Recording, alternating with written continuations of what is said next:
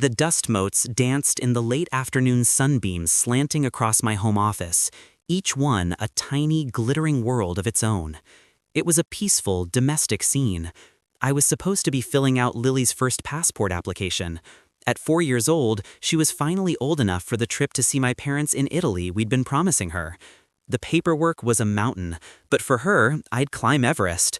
I hummed a little tune, the same one I always used to get Lily to sleep, as I sorted through the documents.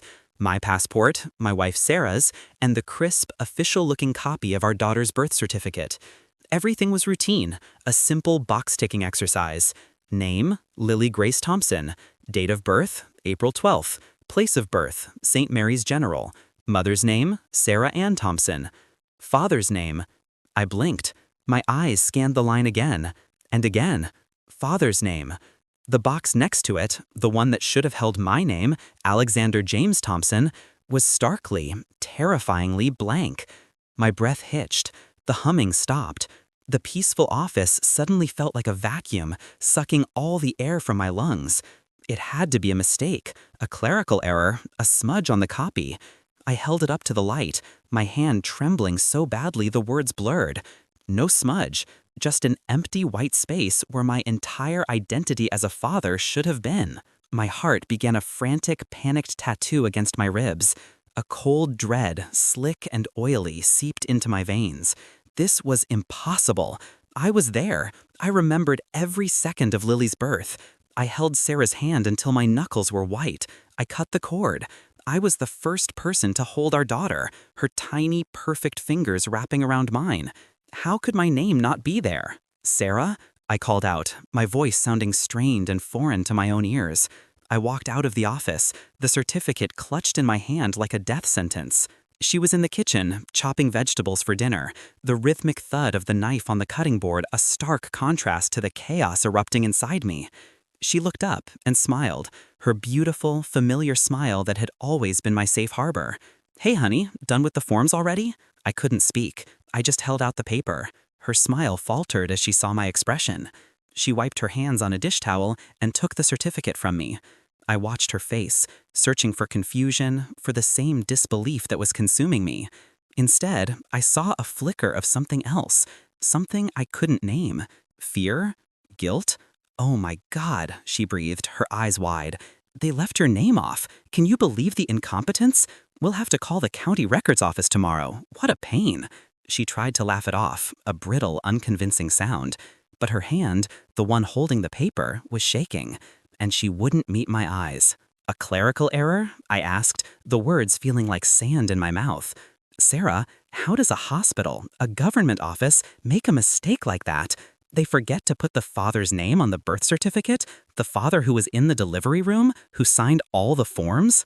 I don't know, Alex. These things happen." Her voice rose, a defensive edge creeping in. "You think I wanted this to happen? It's just annoying bureaucracy." But my mind was racing, connecting dots I had refused to see before. The late nights at work she'd started having, about a year before Lily was conceived. The way she'd become so protective of her phone. The name Mark that had popped up a few times. Her work husband, she joked. A joke that had never sat right with me. I had pushed the doubts away, ashamed of my own suspicion. I loved her. I trusted her. But that blank space on the paper was a void that was swallowing all of that trust whole. "Did you tell them not to put my name on it, Sarah?" I asked, my voice dropping to a whisper. Her head snapped up. "What? Alex, how could you even ask me that? Of course not. She's our daughter." Tears welled in her eyes, and for a moment I felt a pang of guilt. Was I being crazy? Was I letting a simple mistake destroy my family? But the doubt had taken root. The next few days were a living hell. We moved through our lives like ghosts, the unspoken accusation hanging in the air between us.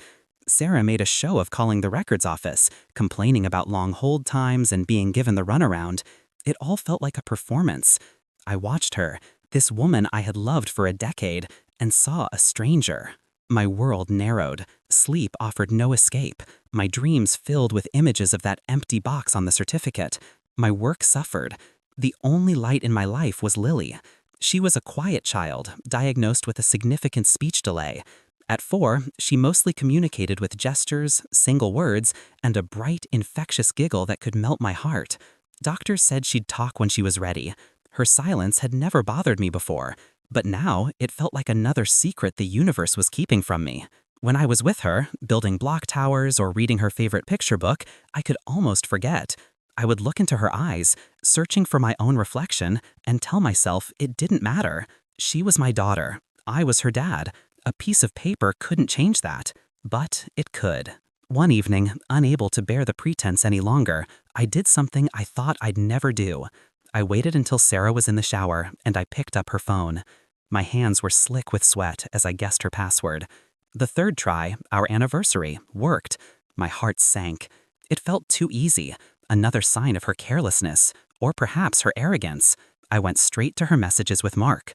The thread went back years. My stomach churned as I scrolled up, my thumb flying across the screen. I saw flirty jokes, then intimate conversations, then hotel reservations dated around the time Lily was conceived.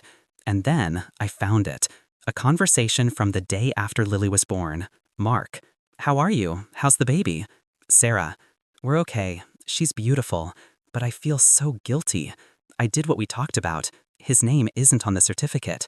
I told them I wasn't sure." Mark: "You did the right thing, Sarah. It's safer this way. We can figure it out later. Does she look like me?" Sarah: "A little, around the eyes." The phone slipped from my hand and clattered to the floor. The sound was like a gunshot in the silent house. I stumbled back, gasping for air, the betrayal a physical blow that knocked the wind out of me. It wasn't a mistake. It was a choice. She had stood in that hospital, holding her daughter, and deliberately erased me from her life's most important document. She had planned this.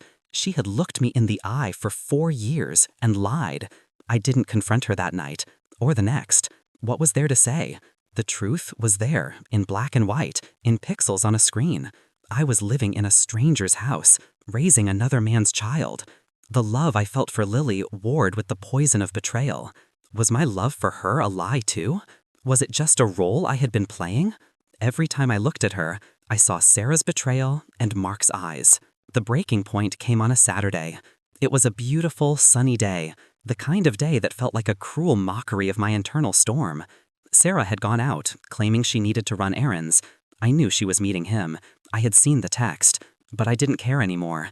It was just me and Lily in the living room, surrounded by her colorful wooden blocks.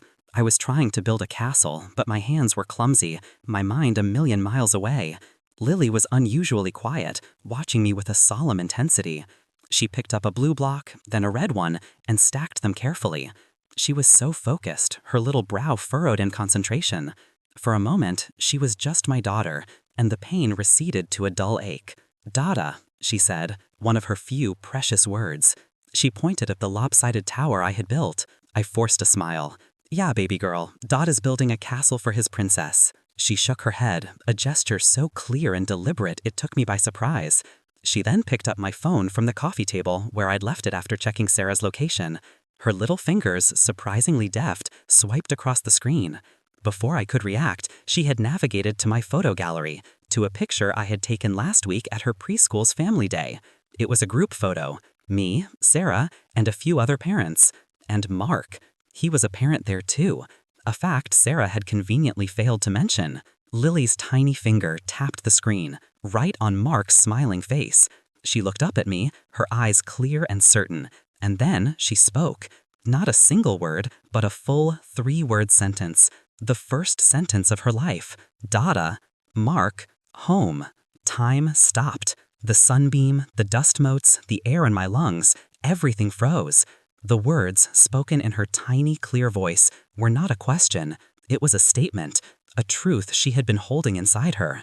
She had heard Sarah on the phone, she had seen him. In her simple 4-year-old world, she had 2 daughters, me and the man on the screen.